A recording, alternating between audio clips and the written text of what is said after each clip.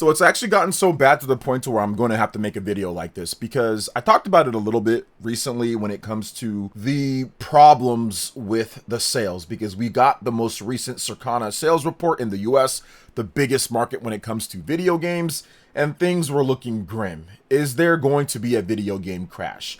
Has there been a collapse when it comes to AAA gaming market and the strategies employed by Microsoft and Sony, and to a degree Nintendo? They kind of operate in a little bit of a different bubble, but obviously the same ecosystem.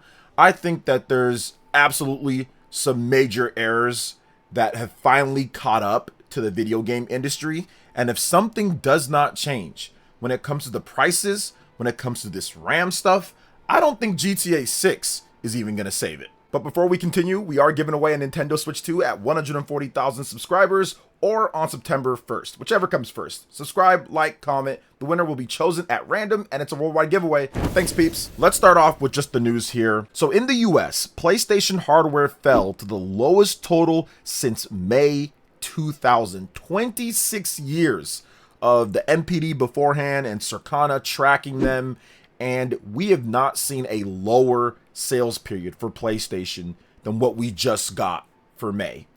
On top of that, Xbox hardware unit sales were the lowest recorded for May ever. And remember, in May, they had Forza Horizon 6 as a console exclusive. They didn't put it out on PlayStation 5. It's on PC, but there was some talk about, oh, well, Forza as a exclusive is going to push some more units for the Xbox series. That couldn't be further from the truth. It recorded the lowest May ever, even with a major kind of casual type of game that appeals to so many people, that sold so well across PC and Xbox. People were not rushing out there to go buy Xboxes and Forza Horizon 6. Now, I'm not going to sit there and say Asha Sharma doesn't know what she's doing, because I don't know the innards of the true plan when it comes to the Microsoft CEO and what he really wants. But the whole Gears of War E-Day as an exclusive, and Clockwork Revolution or Clock Tower, whatever that thing's called, as an exclusive, that's not going to do anything for hardware sales. If Forza Horizon can't boost hardware sales, if you have your worst May ever recorded, the lowest units, with a blockbuster like Forza Horizon, that's one of the best reviewed games of the year, could be potential game of the year candidate or game of the year winner, and you can't boost sales at all to the point to where it's the lowest ever since Xbox tracking, you need to abandon that plan of exclusives, because there's nothing that can salvage it. There's nothing that you can do. And on top of that, you've got a price increase coming in about a month or so. You've got a price increase coming on August 1st. It's not going to save anything. Gears or Clock Tower or anything else you decide is not going to get people to rush out there to go buy an $800 Xbox Series X or a $550 or $500 Xbox Series S. It's just not going to happen. They need to rethink everything. And I don't even know at this point when it comes to the Xbox Helix, because of the RAM situation. For those who don't know, apparently the people who make the RAM and the memory, they recorded historic level of a deal when it comes to keeping prices very high. So that's going to squeeze the memory / RAM market and make things even worse. And it could even get worse. The reports are coming that in 2027, it's even going to be worse. So that's why I think that everything has finally caught up to it at this point. The super powerful consoles, the need for more power, more RAM, more CPU speed, more all of that has finally caught up to the point to where the prices, combined with just the start of it with COVID, then the prices, inflation, all of it has caught up to it. People can't afford as much stuff in the house and around the house.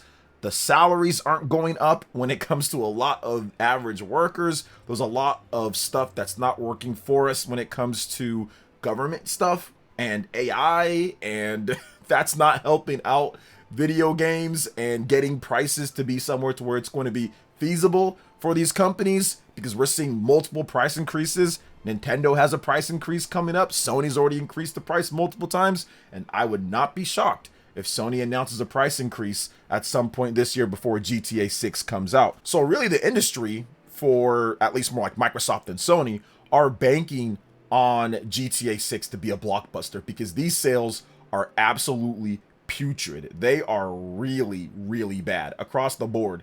And even we're seeing some of the estimates when it comes to Europe, and obviously in Japan, Microsoft and Sony are selling terrible. Now, the one outlier in all of this is that Nintendo kind of has issues when it comes to the RAM and all of that, but because they did not go full on power as fast as Microsoft and Sony, they've been a bit behind. So they are a little bit in better position when it comes to the price of their system and when it comes to the RAM costs and how much they need.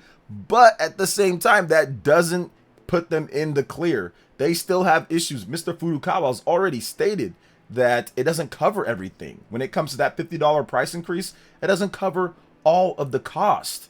They have expensive cartridges that they're trying to figure out. Now we've got $80 physical games, $70 digital, so that's good if you want a digital, plus price matching on Amazon and Walmart when it comes to the launch or pre-orders of the game, so you can get those physical copies of Fire Emblem or any upcoming game, if that's 80 or whatever the case is. You can get those cheaper, or you can just get the physical games of even titles like Splatoon Raiders or Star Fox. If you pre-order it, you can get those cheaper, but it's still a problem. It's still something to where it's going to be an issue. I guess if you walk into the store and you see the price, you're like, oh man, that's quite a bit. So everybody is kind of hurting at this point, and nobody really knows what the real solution here is. Now, Nintendo, what they say is that they're just going to keep on going full systems go when it comes to first-party software. Jump the install base as much as you can. Taking a little bit of hit on the hardware,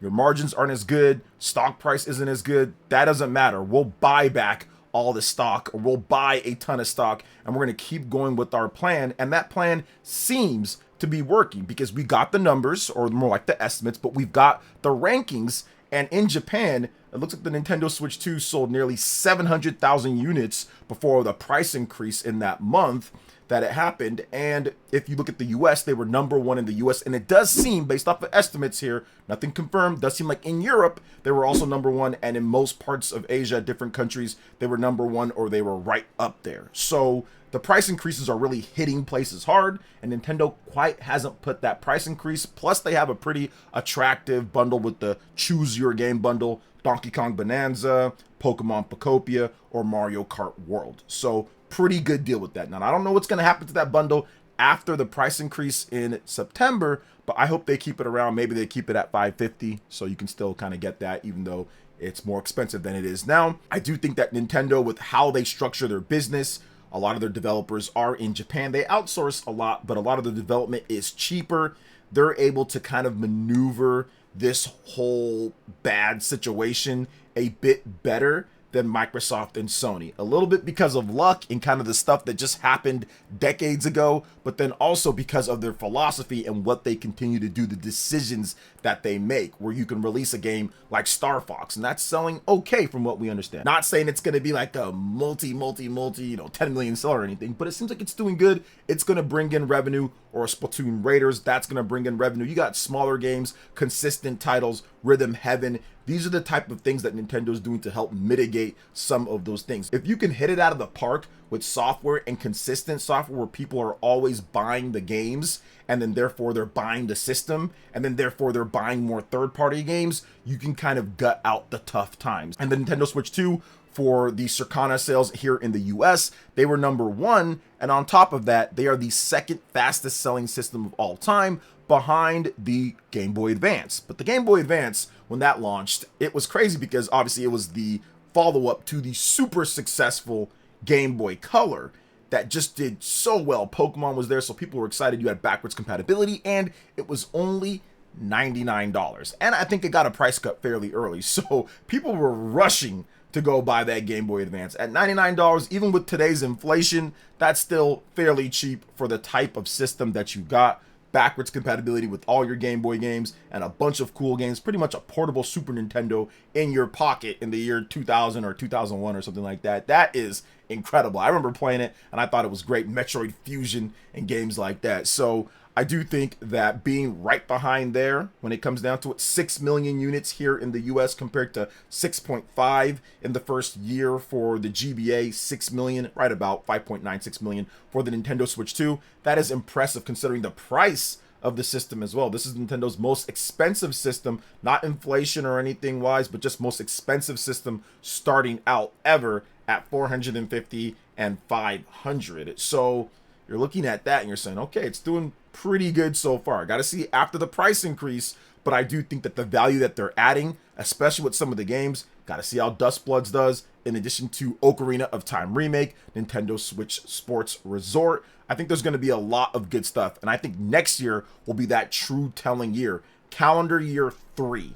What does Nintendo do? What can they do to kind of get out of this? Because they've got to do something, right? We've got to have hits. We've got to have somebody selling systems and all of that. So Pokemon Winds and Waves, in addition to new 3D Mario and Xenoblade Genesis, those are all, I would say, big system movers when it comes to Pokemon Winds and Waves and new 3D Mario, and core fanbase high quality movers. So you're not going to get the type of massive amounts of people buying a system like they would for Mario with Xenoblade Genesis, but you are going to get those hardcore RPG fans that say, okay, I've seen enough. I can play Trails in the Sky. I can play Fire Emblem. I can play these different types of core RPGs like Final Fantasy VII Rebirth and Final Fantasy Tactics and Final Fantasy Resonance and all these different games. And now Xenoblade comes and it's awesome and it reviews well. Okay, I'll pick it up. So you need that variety of games. You need that spread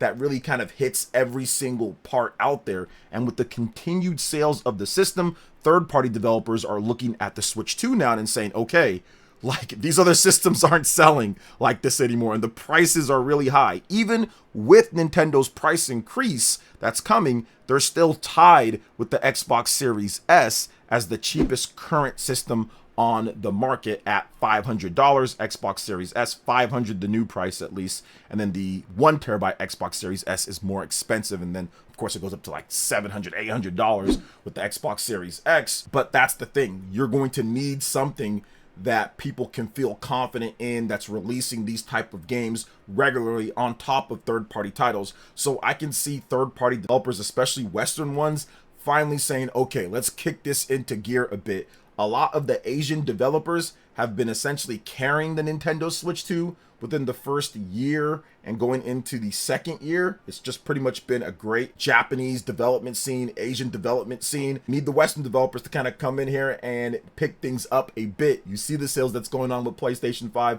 and Xbox Series. And I think that's one way to really help uplift the industry a bit. Obviously, prices are going to have to come down, but I don't think they're going to come down. So we need somebody, we need a third pillar that can come in and get great sales with third-party games and, of course, do great when it comes to the excitement. And Nintendo does bring great first-party titles. Now, once again, GTA is going to be a big factor for the holiday. Are there going to be a bunch of new people buying in to the PlayStation 5 to pick up GTA, or is it something that people already picked up that wanted it because the game was delayed multiple times? It was supposed to come out in 2025. It was supposed to come out like in May of 2025, then got delayed, I think, to fall of 2025, and then got delayed to spring of 2026, and then got delayed again. I don't remember the whole track record, but I know that it got delayed multiple times. So the PS5 was selling really well within that time period. A lot of people might have already went and picked up a PlayStation 5 in order to play GTA. So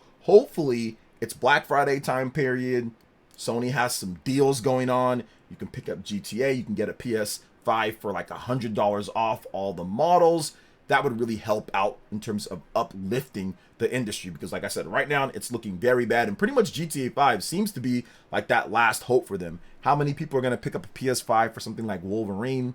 I think a lot of people already have a PS5 for the Marvel games like Spider-Man and that, and we'll see about some of the other stuff. Phantom Blade Zero, that should be a big game.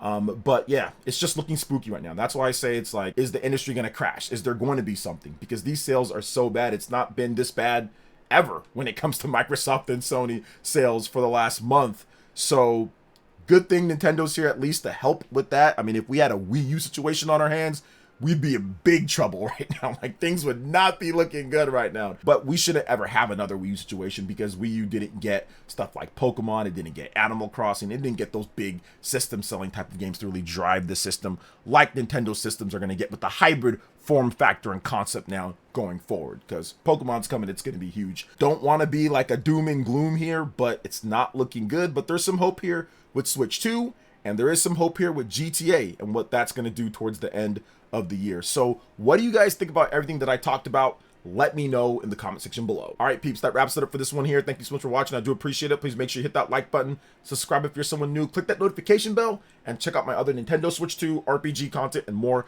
right here on screen. Thanks for watching, and we'll catch you for the next one. Peace.